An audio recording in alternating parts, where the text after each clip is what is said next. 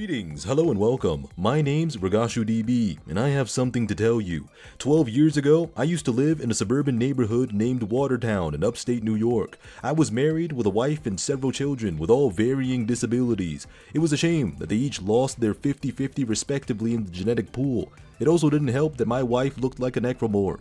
Maybe I shouldn't have drank all that red 40 and married this disgusting beast, but I got dealt these cards, so I had no choice but to play the hand. My wife was complaining to me about work. Some guy in an exosuit that worked maintenance kept stomping on her co-workers. I couldn't imagine why. So I sat back wondering what it was I did in my past life to deserve such a gruesome and horrifying fate such as this one. But it was only when I was at my darkest moment that I realized, just like how my children lost the 50-50 in genetics, I lost the 50-50 in life. It was either a hive mind looking disgusting space alien or a disgusting barely recognizable wildebeest, and at this point I wish I chose the latter. So I pulled my phone out and tried to find a solution, a quality of life buff that would help me overcome my strife and adversity. Then I learned about global passives from gacha games. I was elated. Finally, I can pull for something that can help me not only in game, but in real life. So that's why this video is going to be about why every single gacha game and aspect of life in the world needs a global passive. Oh, but moral of the story though, don't give up in life and settle for less, because then your arguments will go from casually screaming about who cheated on who to trying to kill each other by either decapitation or assimilation. As we all know, we must hail global passives. They do nothing but help the game and help companies more easily and further steal money from you. I mean, more easily and further make money to make your game better. As I was sitting there watching Castorus's global passive in action, I was absolutely appalled at the fact Punishing Grey Raven didn't have a character global passive where Alpha instantaneously killed everything, or made me instantaneously ejaculate, or maybe a global passive where whenever you win a 50-50 in a game that has those, you also instantaneously come in real life. I can't say I've ever been more supportive of a concept before. Anytime I sign into Genshin Impact, for example, I want them to make a character that has a global passive where every time I step into a new region, I instantaneously have all the mint poured into my inventory. Or when I sign into Wuthering Waves, there's a character with a global passive that unlocks the sex minigame mode. People who are against global passives aren't seeing the upsides to any of this at all. I think we should even have global passives in real life. Well, I was born black, so my global passive is that I have a high chance of being shot by all races, my own especially. But imagine waking up in the morning and having to go to the DMV. Instead of waiting there for hours, just whip out your phone, open the gacha game Life, and then pull the character with the global passive to make everyone in the DMV disappear, woman at the desk included. I think that anyone who thinks global passives are wrong or predatory needs to die.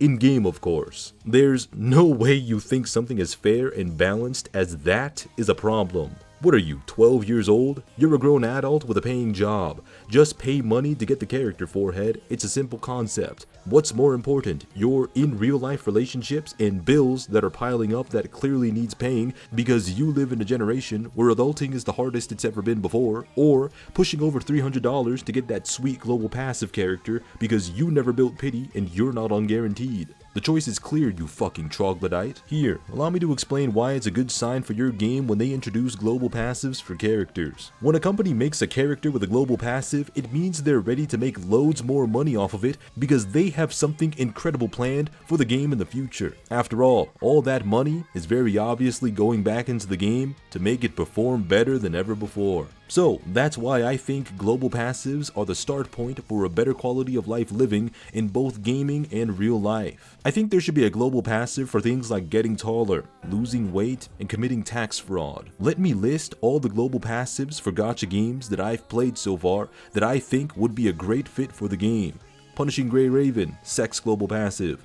Wuthering Waves, sex global passive. Genshin Impact, sex global passive. Honkai Star Rail, Zenless Zone Zero, Limbus Company, Arc Knights, and other games I can't think of right now, sex global passive. I think that not only would these be staggering improvements to the game and players' mental health and well-being, as it'll also incentivize having a healthier view on the characters, because having a sex global passive will make it to where you'll actually feel less parasocially obsessed with your favorite character and feeling inclined to spend less money. Wait, it has the opposite effect. I think having content built around the character's global passive and no one else is also very fair and balanced. It really makes you truly feel alive as you stare down the nuclear explosive specifically made to instantly kill everyone within the vicinity, and shred your game application if you didn't pull for the character that's made to stop a boss from crashing your game. It truly reminds you that you're playing a gacha game. What, worried that your game is going to become imbalanced and unfair, and your favorite characters are going to become useless? Please, you were already struggling to clear endgame as it is. Worried that your favorite character is going to get carried through by the next most OP support character? Please, you've already been doing that for nearly 2 years now. Worried that you'll brick your account if you don't pull for this character?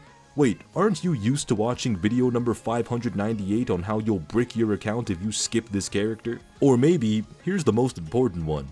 Maybe you're worried that the global passive won't help bring Blady Poo back into being playable again. He needs to at least be T0.5. Sorry, that might have been a low blow to Blade mains. But I am a firm believer in global passives. This entire video is irrefutable. There is no one on God's green earth that can make an argument more compelling than Sex global passive.